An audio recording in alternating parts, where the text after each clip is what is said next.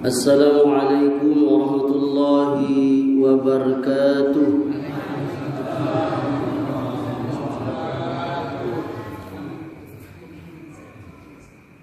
Alhamdulillah alladzi arsala rasulahu bil huda wa dinil haq liyuzhirahu 'ala ad-din kullih wa kafa billahi shahida.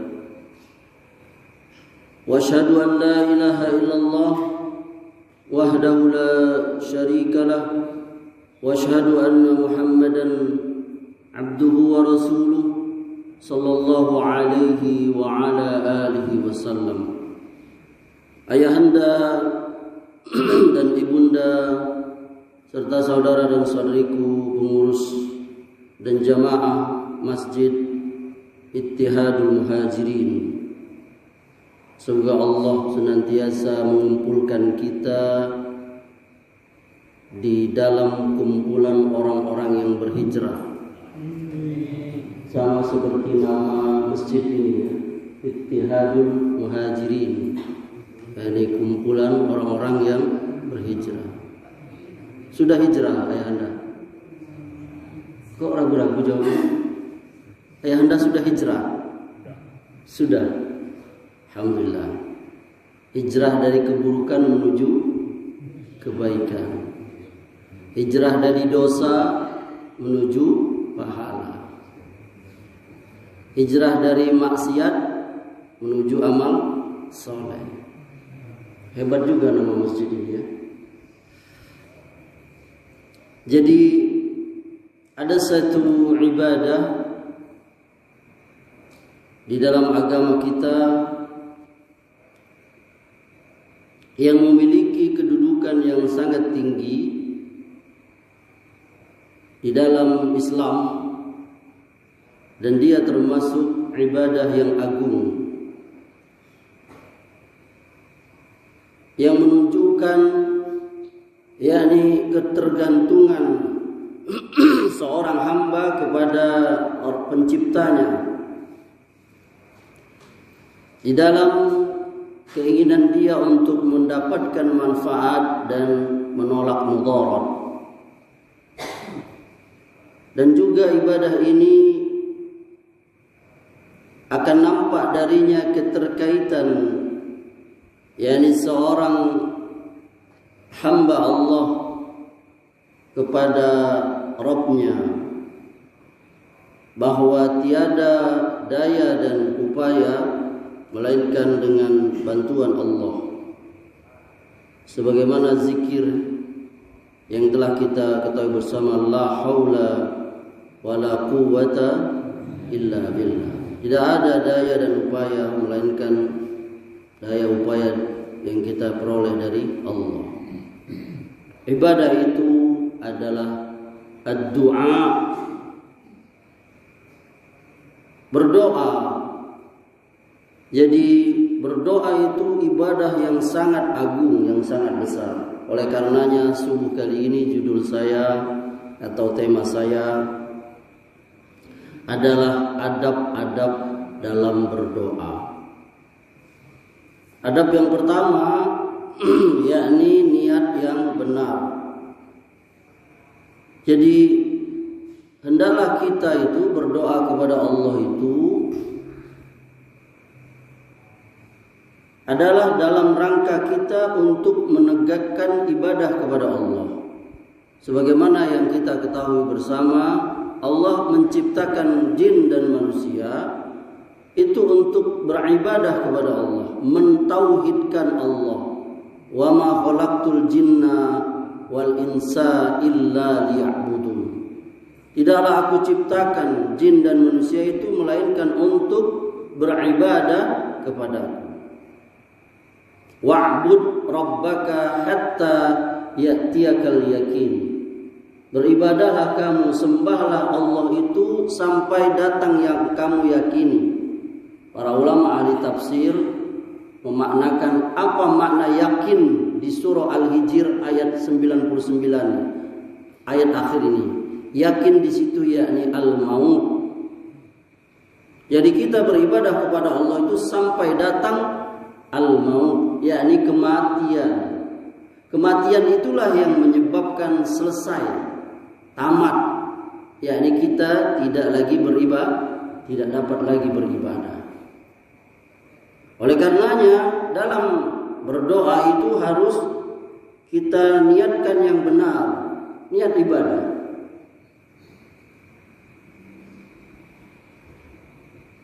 Itu karena memang doa itu dua. Doa itu pertama ibadah, ad-du'a wal ibadah. Yang kedua doa itu yakni kita minta hajat kita.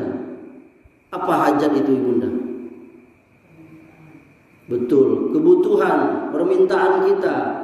Baik itu kita minta kepada Allah kebaikan, minta manfaat, minta kaya. Boleh tak doa minta kaya? Boleh. Kelak kalau kaya tidak ada masjid lagi. Kita miskin pula kita ke kan masjid. Ada orang pas kaya dia mana si bulan itu tidak masjid lagi. Oh dia lah sibuk nengok kebun karet di selatan. Siapa? Nek, mana datang lagi? Oh dia ke utara nengok ternak kerbaunya. Oh mana dia tengok lagi? Oh dia ke Curug nengok kebun tehnya. Mana dia dah muncul? Oh dia ke laut naik kapalnya nyari ikan. Coba lihat. Memang manusia itu banyak lalainya itu. Dan Nabi itu beliau enggak takut fitnah kita umatnya itu dengan kemiskinan, enggak takut Nabi. Yang beliau takuti yakni fitnah harta. Kalau dibuka pintu harta itu banyak orang yang tersesat di dalamnya. Lihat jatuhnya Islam itu kenapa? Karena Islam meluas, banyak harta, kemenangan, ghanimah. Akhirnya sebagian kaum muslimin lupa. Kalau sahabat mereka, kenapa sahabat Nabi itu menang terus, jaya terus? Karena harta itu tidak masuk ke dalam hatinya itu. Harta itu hanya di mana? Di tangannya. Dia nggak diatur oleh hartanya. Dia yang atur harta itu. Maka wajar begitu datang panggilan yakni berinfak, Umar ibn Khattab separuh hartanya 50%. Abu Bakar 100%. Sampai Nabi kagum. Siap, engkau tinggalkan apa? Keluargamu Abu Bakar. Aku tinggalkan Allah dan Rasulnya. Ayah anda sanggup nggak? Halo? Serius? Ayah anda punya rumah satu-satunya, mobil satu-satunya. Ayah anda infakkan, saya jual rumah ini, harta atau duitnya untuk Islam, bangun masjid. Biarlah saya ngontrak. Sanggup ayah anda? Tidak sanggup kita. Hah? Iman kita tidak Abu Bakar. Abu Bakar itu imannya kalau ditimbang itu lebih berat imannya dari seluruh umat ini. Bayangin iman Abu Bakar itu kalau ditimbang kata Nabi. Subhanallah. Kita kuat, istri kita udah kuat. Aku infakkan seluruh hartaku untuk jalan Allah. Kata bini kita tinggal di mana Kak? Kalau kakak jual, aku tinggalin juga kakak. Salah tak istri kita? Salah tak? Tidak salah lah. Tidak salah istri kita. Dia nggak kuat. Orang nggak diberikan dia beban yang dia tidak kuat, tidak sanggup lagi kakak. Tidak sanggup lagi adik kak tidur tidak ada basi. Adik lah biasa tidur pakai AC, kakak jual AC juga. Ya sudahlah kalau gitu. Ngadu dia ke kantor urusan agama. Gak bisa gitu. Mereka fitnah harta tuh jaga, maka gak usah itu. Ya Allah berilah aku harta, nanti aku akan itu omongan orang belum ada duit. Sudah duit, ada duit, lupa.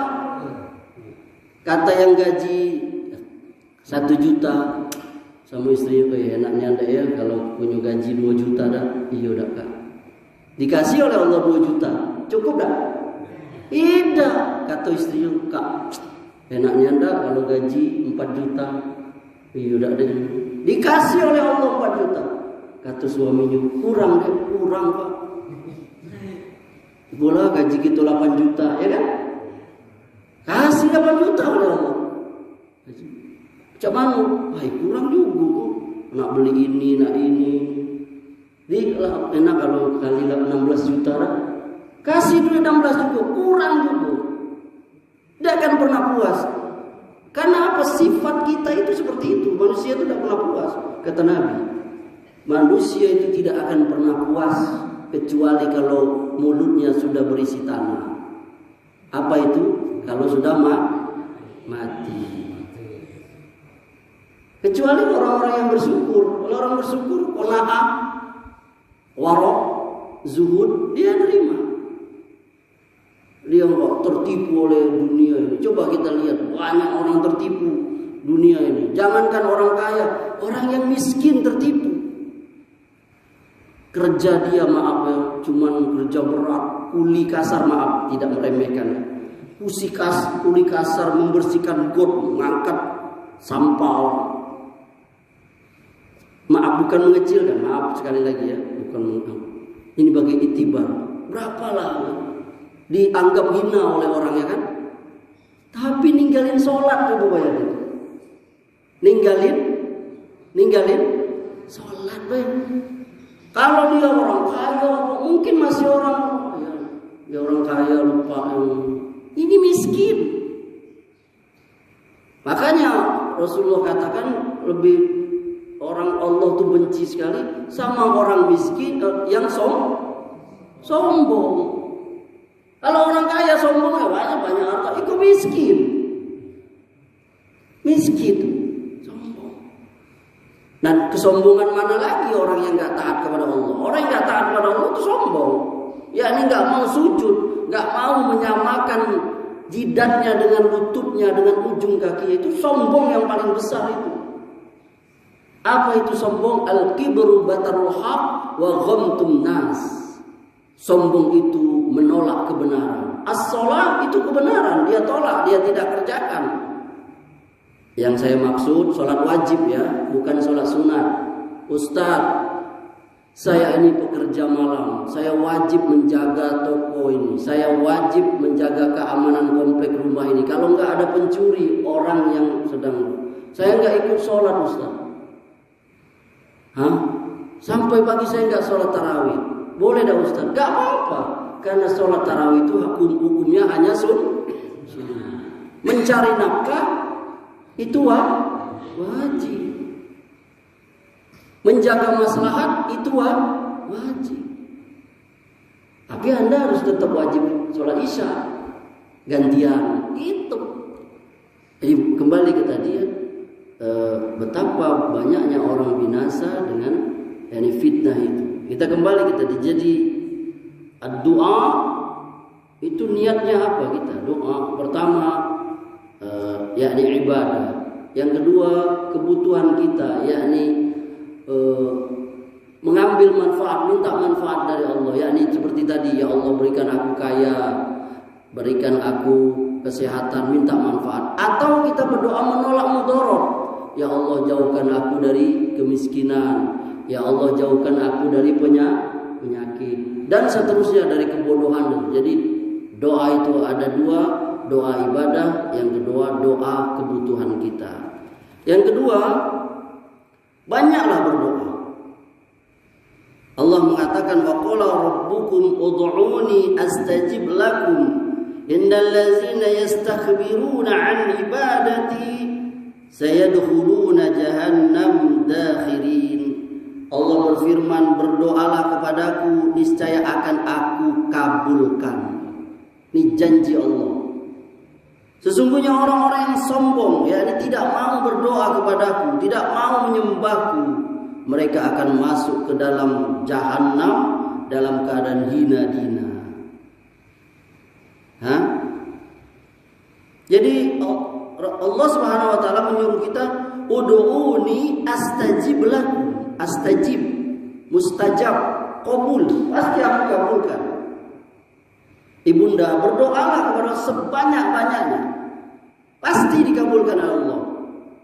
Yang pertama, Allah kabulkan sesuai dengan yang kita minta. Kita minta kaya, Allah jadikan kaya. Kita minta pintar, anak-anak kita jadi pintar. Pokoknya dikabulkan seperti yang kita minta. Yang kedua, Allah kabulkan dengan cara diberi yang lain. Bahkan itu lebih utama. Kita minta kaya, Allah nggak kasih kita kaya, tapi kita dikasih ketenangan hidup. Tahu ketenangan hidup? Hidup tenang, lapang. Dia nggak kaya, tapi hatinya lapang. Sudah nggak saya sampaikan di sini? Hati yang lapang itu enak sekali.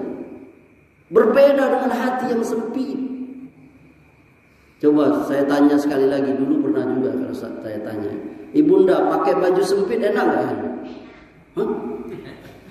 Pakai baju sempit enak atau tidak? Pakai baju sempit nian, gak enak. Ayahanda pakai celana sempit enak gak? Gak enak kita pakai celana sempit, takut koyak, gak enak. Punya rumah sempit nian enak gak?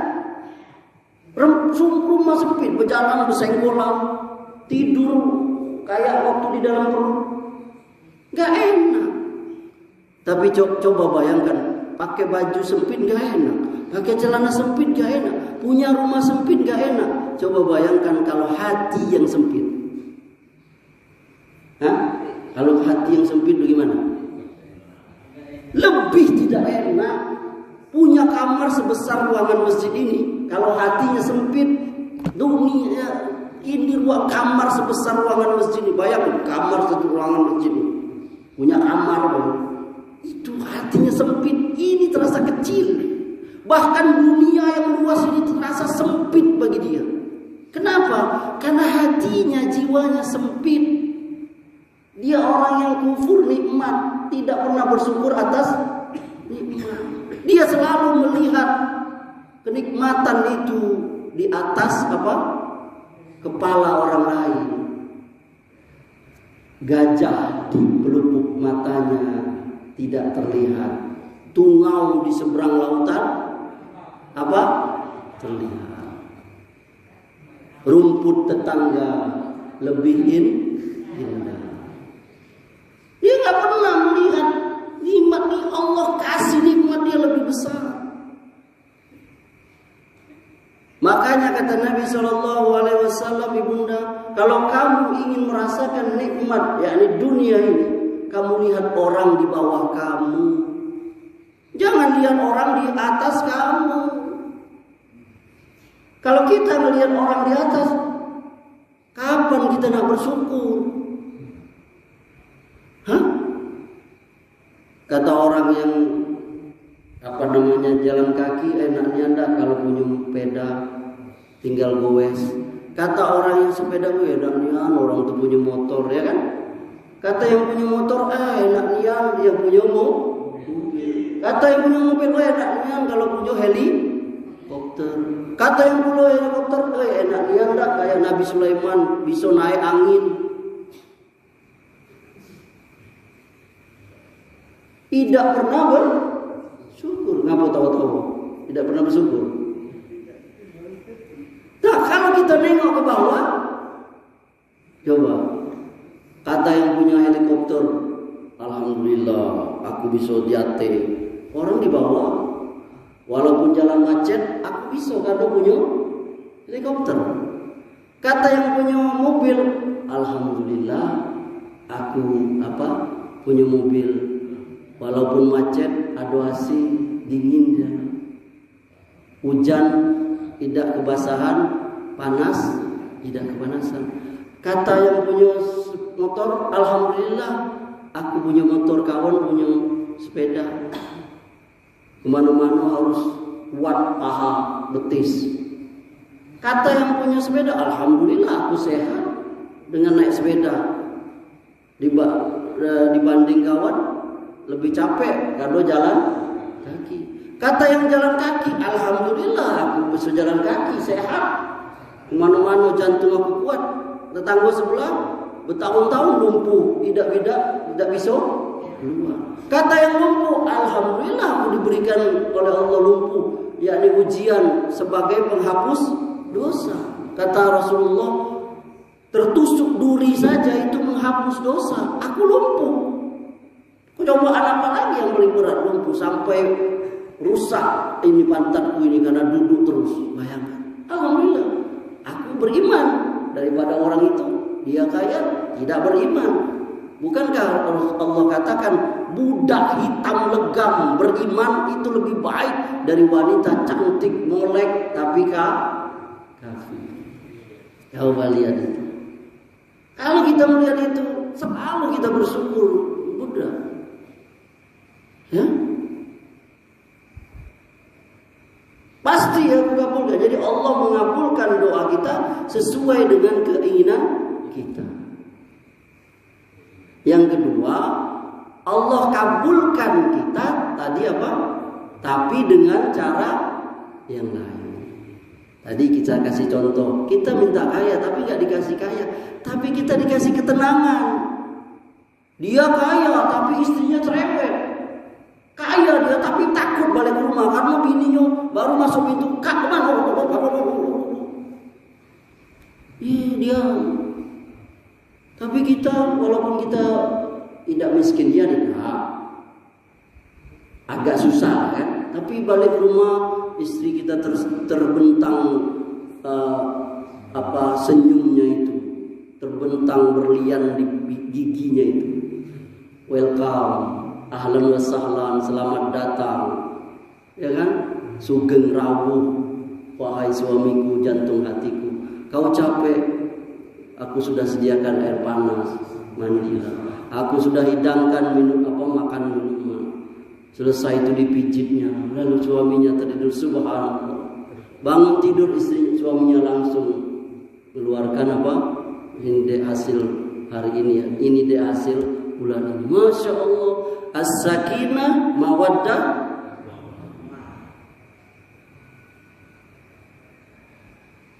Atau yang ketiga, Allah kabulkan juga, yakni Allah kabulkan dengan nanti Allah ganti, Allah jauhkan dari neraka, Allah masukkan surga. Maka berbanyaklah berdoa.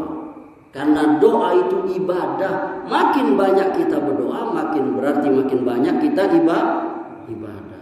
Ad-du'a wal ibadah, kata Rasulullah. Doa itu adalah ibadah. Ad-du'a'u yanfa'u mimma nazala wa mimma lam yanzil. Fa'alaikum ibadallahi bid-du'a. Doa itu bermanfaat bagi apa-apa yang sudah terjadi ataupun yang belum terjadi. Maka dari itu, hendaklah kalian banyak-banyak berdoa, wahai hamba-hamba Allah. Ini hadis dikeluarkan oleh Tirmizi dan juga Al-Hakim dari sahabat Ibnu Umar radhiyallahu anhu. Jadi banyak berdoa, betul. Karena dia bermanfaat untuk yang sudah terjadi dan untuk yang belum terjadi. Karena kita berdoa terus. Belum terjadi, ya Allah, berikanlah aku istri, kata yang bujangan. Ada yang bujangan sih kamu? Bujangan kalau? Oh itu. Kata yang bujangan, ya Allah, berikanlah aku istri.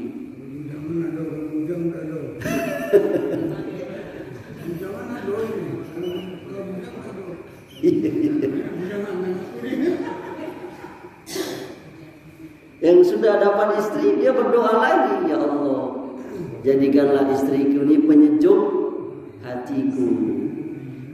Penyejuk hatiku. Ya, itu jadi doa itu bermanfaat untuk apa apa yang belum terjadi dan apa yang sudah terjadi. Karena kita selalu berdoa itu kapan saja. Dan Allah Subhanahu wa taala di langit sana, di arasnya sana, dia tiap hari berada dalam kesibukan karena setiap saat ada orang yang berdoa kepada Allah. Kita kira kita saja yang butuh Allah, tidak. Semua makhluk butuh kepada Allah. Di pojok dunia sana ada orang berdoa, ya Allah, berilah kami rezeki, turunkan air. Sudah kemarau setahun. Sudah kemarau setahun, sudah turun hujan. Tidak tahu kita di pelosok negeri mana. Di pelosok negeri yang lain sebaliknya, ya Allah, berhentikanlah hujan ini. Airnya sudah seatap kami. Seperti mana kemarin di Bekasi. Di sudut sana orang berdoa, ya Allah, berikanlah aku anak, ya Allah, pengen nih anakku. Sudah 15 tahun aku menikah, belum diberikan engkau anak. Berikan ya Allah, berikan ya Allah aku yang sekarang.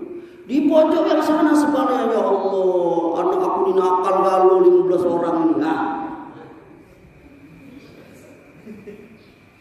Yang satu minta anak, yang satu itu ya Allah nakal galau, anak 15 orang nakal galau. Coba. Jadi Allah itu selalu berada dalam kesibukan. Yang sakit berdoa, ya Allah sembuhkan kami. Orang lihat orang-orang di rumah sakit, di keluarganya, ya Allah sembuhkan ayah saya, ibu saya, suami saya, istri saya, anak aku. Kesian sekali ya Allah. Bahkan yang sakit aku nggak tahan lagi ya Allah. Kalau memang baik untuk mati-matikan ya Allah. Coba. Kalau memang sehat itu baik untuk sehatkan aku ya Allah. Sementara di pojok sana, itu di pojok situ, di pojok sana banyak yang berdoa. Misalnya dokter apa segala macam. Ya Allah, banyak kalau orang sakit. Supaya apa? Supaya apa? Supaya banyak bro. Coba kalau orang sehat ya lo, kira-kira rumah sakit masih ada tak? Dokter masih ada gawe tak? Tukang obat, apotik, coba. Kalau ayahanda, amri, ibunda semua kita pintar melihat itu, maka nggak ada bagi seorang muslim itu keburukan. Kata Nabi, bagi muslim itu semuanya baik. Kalau nikmat dia bersyukur, kalau buruk dia bersabar. Bagi kita buruk, bagi orang baik. Kemarin corona buruk bagi sebagian orang, bahkan mungkin sebagian besar nggak bisa keluar, ada yang mati. Tapi di sisi lain ada orang yang dapat proyek. Betul? Tidak pernah keluar di gudangnya berdus-dus itu yang namanya sanitizer, nggak tahu lah gitu. Sebelum corona kan kita nggak tahu itu sanitizer. Begitu corona habis diborong orang. Sampai ada kawan saya ustadz itu, dia tukang jual susu beruang, bir brand tahu ya? Itu Ustadz Amri, mungkin dalam setahun itu paling terjual berapa? Itu pas corona habis di gudang saya. Bahkan yang tinggal mau kadaluarsa seminggu lagi diborong orang juga. Sarung tangan itu yang kita tidak ke kalau pakai sarung tangan, laris payah nyarinya di apotek. Masker juga. Sampai istri saya pun dapat proyek bikin masker. Jadi tukang jahit dada. Coba lihat. Bahkan ada orang jadi kaya gara-gara apa? Corona itu. Betul lah. Orang berdoa, ya Allah jangan matikan kami ya Allah. Jangan. Tukang gali kubur dapat proyek. Halo? Kalau tidak ada orang yang mati, kira-kira masih ada tak tukang gali kubur? Kalau perlu berdoa, ya Allah, matikanlah sehari 3 orang, biar dapat proyek 3. Berapa tukang gali kubur itu? 400 ya seorang. 4 kali 3 berarti gaji 1,2 juta itu sehari. Itu karena ada orang yang mati. Coba ayahanda. Allah semua punya hikmah itu, gak bisa kita ngatur-ngaturnya. Kenapa Amri bisa ceramah di sini? Karena ada yang belajar. Kalau ayahanda ustaz galau, lari ya anda balik rumah. Kami juga ustaz. Aku juga tahu apa yang mau sampai. Adanya guru karena adanya Jadi jangan sombong jadi ustaz. Amri jangan sombong. Dokter juga jangan ente jadi dokter gara-gara ada pasi. Maka yang boleh sombong itu hanya Allah. Al-kibri itu pakaiannya, jubahnya Allah, kebesarannya Allah. Kita nggak boleh sombong. Kita dhaif. Banyak berdoa. Ya. Kemudian dalam adabnya itu berdoa itu dalam keadaan suci. Suci, hadas kecil, hadas besar. Hadas besar hilang dengan mandi, hadas kecil dengan wudu. Itu lebih afdol. Apa? Lebih afdol, lebih baik. Ustaz boleh tak berdoa tapi belum wudu? Boleh, enggak apa-apa. Lalu yang selanjutnya yang keempat, berdoalah kepada Allah itu dengan menengadahkan bagian dalam telapak tangan ini. Ya, nih hadisnya ini. Kata Rasulullah, "Iza sa'altumullaha ta'ala fas'aluhu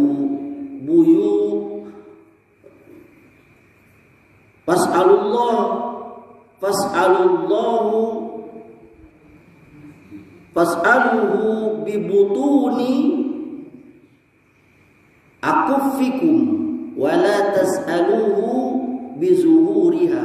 Kalau kamu minta kepada Allah, maka mintalah dengan menengadahkan telapak tangan bagian dalam ini. Jangan kamu memintanya dengan punggung telapak tangan ini. Ya, ini hadis riwayat Abu Dawud dari Malik bin Yasar. Dalam riwayat Nabi SAW itu dikatakan, "Kana iza da'a ja'ala batina kaffihi ila wajhihi." Apabila beliau berdoa, beliau mengarahkan bagian dalam telapak tangannya ke wajahnya begini. Cara seperti ini kata para ulama, ini menunjukkan butuhnya kita. Kita butuh. Ini benar-benar menunjukkan kita butuh. Dan sebagai penantian doa itu, yakni seolah-olah kita mengulurkan tangan, dan mengarahkan telapak tangannya ke atas menunggu apa yang mau dikasih. Faham ayahanda? Ini menunjukkan kesungguhan. Maka ayahanda, ibunda, kalau berdoa itu sungguh-sungguh. Jangan berdoa di bawah. Ceko berdoa. Ini tidak menunjukkan kesungguhan. Angkat tangan. Kalau tidak angkat niat. Kalau angkat niat. Nih segini nih. Hadapkan ke wajah. Ya Rabbi, ampuni aku ya Allah. Ampuni orang tuaku ya Allah. Beri aku hidayah. Minta niat dengan tangan, minta.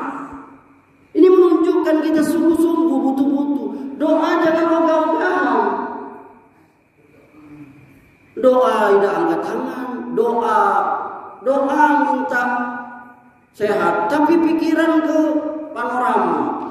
Pikiran ke BIM. Gimana? Tidak khusyuk. Kata Rasulullah, yang hilang pertama kali di kita, di tengah-tengah umat itu khusyuk. Betapa banyak orang yang sholat tapi tidak khusyuk. Dan betapa banyak orang yang berdoa tapi tidak khusyuk. Dia tidak khusyuk, dia tidak paham apa yang dia minta. Paham? Kita minta, kalau kita berdoa dalam Rabbi ini, kita yakin Rabbi, ya Allah ampuni aku. Hunjamkan dalam hati itu kita banyak dosa ya Allah, aku banyak dosa. Aku sudah hidup 60 tahun. Banyak lalai ya Allah. Berapa tahun aku gak sholat ya Allah, ampuni aku ya. Gitu. Jangan doa hati yang lalai bunda. Ini bunda berdoa ya Allah berikan. Pasti terbayang kreditan panci. Itu doa sendiri. Apalagi doa dipimpin Ustaz. Ikut doa dipimpin Ustaz, aminnya nyegah. Amin. Amin. Ustaz agak panjang. Amin. Marah.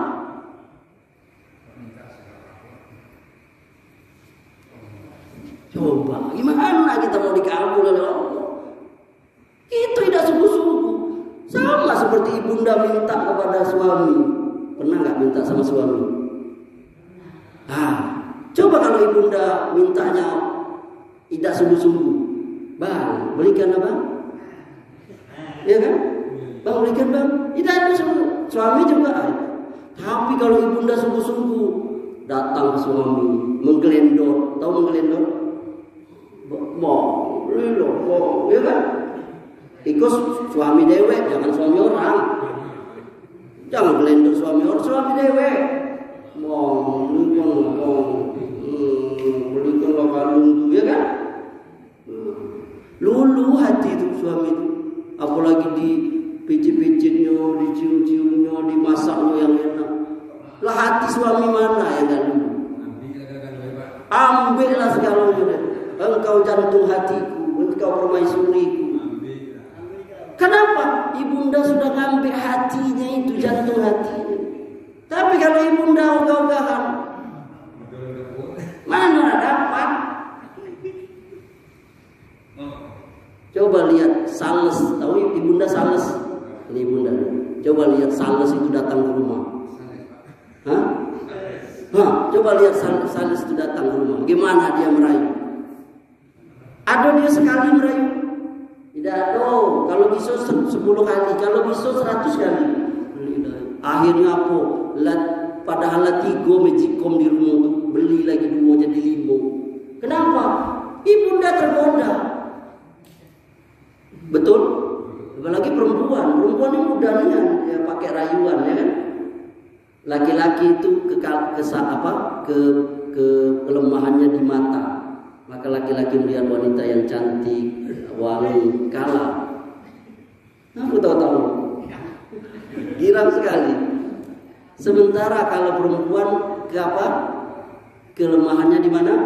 Di telinganya. Dia mudah dirayu. Walaupun hitam legam laki-laki itu karena pandai merayu. Luluh juga tidur. Alang hitam suaminya. Dia cocok, dia cantik. Ternyata suaminya merayu, pandai merayu. Apalagi rayunya pakai iko. Hanya ngeo, apa nih? Karena sekarang sarang ngeo. Bukan cinta aja, piti. Salah tak? Tidak salah. Perempuan matre salah nggak? Enggak salah. Istri saya juga matre. Saya nggak nyalain dia. Biarlah. Yang penting masih tahap wajar. Sampai mana tadi? Sampai mana? Sampai Sales. Minta kepada Allah itu dengan merayu. Allah itu lebih sayang dari kita, dari suami kita itu. Orang tua kita. Bagaimana? Coba lo ibunda, ambil tanya ke ibunda. Ibunda pasti ngabulkan tak kalau ada anak ibunda minta dengan merengek. Anak ibunda yang balita itu, dia guling-guling, mama belikan. Sekeras hati perempuan itu, hatinya pasti lembut juga. Udah belilah. Kalau dia ada dulu. Nah, Allah itu lebih penyayang daripada ibu yang sayang kepada anaknya. Allah itu Ar-Rahman Ar-Rahim, Maha Pengasih, Maha Penyayang. Minta kepada Allah, kita mintanya, ya Allah kasih. Mungkin selama ini kita sudah dikabulkan karena kita tidak sungguh-sungguh minta kepada Allah itu. Ngangkat tangan aja malah, mana nak dikabul? Sudahlah malas ngangkat tangan, ditolak dulu. Doa pakai caiku dulu doa.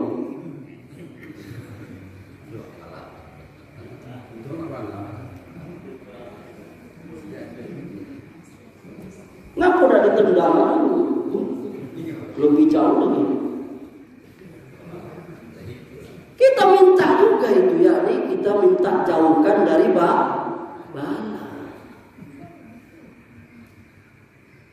Coba, wajar kalau doa Amri, si Amri ini nggak dikabul oleh Allah. Mungkin selama ini tidak terlihat sungguh-sungguh, nggak khusyuk.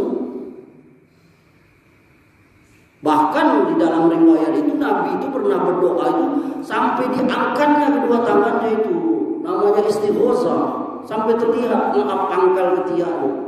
Dia angkat, ya Rabb turunkan hujan, doa istisqa. Di baliknya jubahnya dia berdoa, ya Allah turunkan hujan, istighosah, bersungguh-sungguh doa karena kemarau.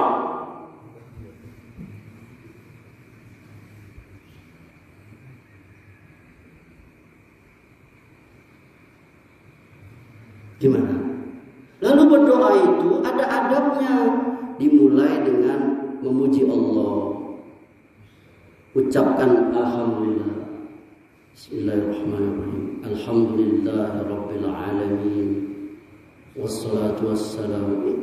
Doa, sholawat. Kata Rasulullah, jika salah seorang dari kalian berdoa, maka hendaklah ia memulainya dengan mengucapkan hamdalillah, puja-puji kepada Allah Subhanahu wa taala dan bersolawat kepada Nabi, barulah ia minta, yakni berdoa itu. Ini hadis riwayat atau dikeluarkan Abu Dawud, Nasai, Tirmizi. Puji dulu Allah. Puji. Sama kita datang ke rumah Pak RT aja, Pak ada Pak RT juga? Ada Pak RT. Kita datang ke rumah Pak RT aja, mana? Kita datang ke rumah Pak RT minta tolong, tidak dong gitu langsung dah. Itu pakai mukadimah dulu ya kan? Assalamualaikum warahmatullahi wabarakatuh. Baru datang masuk, silakan. Apa kabar Pak RT?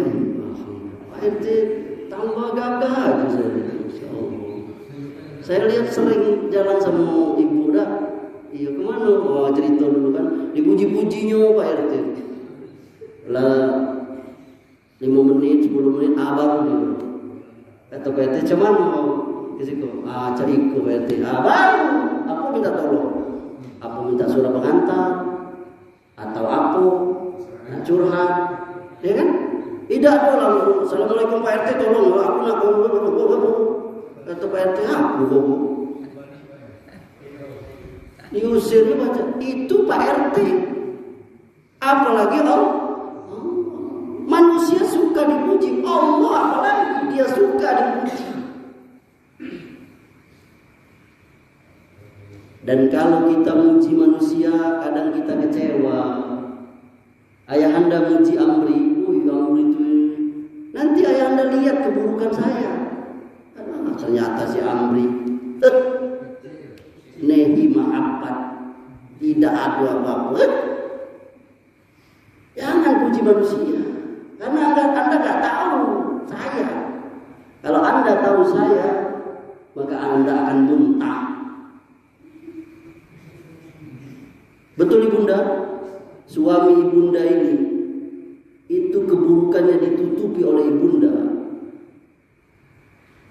Saya ini keburukan saya ditutup sama istri saya. Kalau dia bongkar, nggak bisa saya ceramah di sini. Kata para ulama, andai kata dosa itu berbau, maka tidak ada yang mau dekat sama kita nih. Busuk kalau itu. Andai kata dosa itu dalam bentuk kutil, maka kita kutilan galuh. Setiap berdosa punya kutil satu. Kutil. Lah kutilan galuh, apalagi saya. Maka pujilah Allah, karena Allah berhak dipuji. Maka alhamdulillahirabbil alamin. Apa maknanya alhamdulillah? Segala puji itu milik Allah. Sekarang orang yang Anda puji, besok orang yang Anda caci maki. Wih hebatnya ini pelatih timnas nih ya kan? Hebat deh pemain terkenal. Begitu dia salah dikit, apa dia itu? Pelatih apa dia kan? Hilang langsung itu pujian itu. Betul atau betul? Itu kita lihat kenyataannya.